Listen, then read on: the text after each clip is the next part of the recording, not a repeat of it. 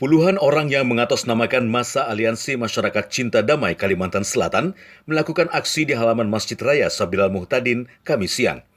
Aksi damai ini menolak oknum-oknum provokator yang dapat memecah belah persatuan dan kesatuan Indonesia. Masa aksi juga mengibarkan bendera merah putih dan memakai ikat kepala berwarna merah putih.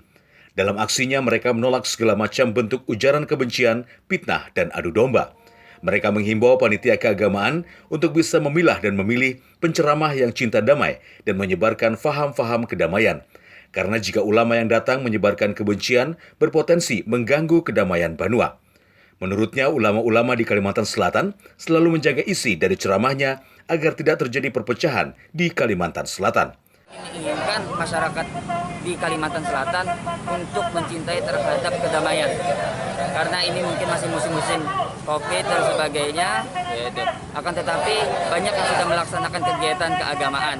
Nah, perlu diperingatkan lagi agar para pelaksana keagamaan dan sebagainya untuk memilah dan memilih terhadap penceramahnya dan sebagainya dan orang yang ahli mumpuni di dalam keagamaan agar segala bentuk kebencian itu bisa dihindari.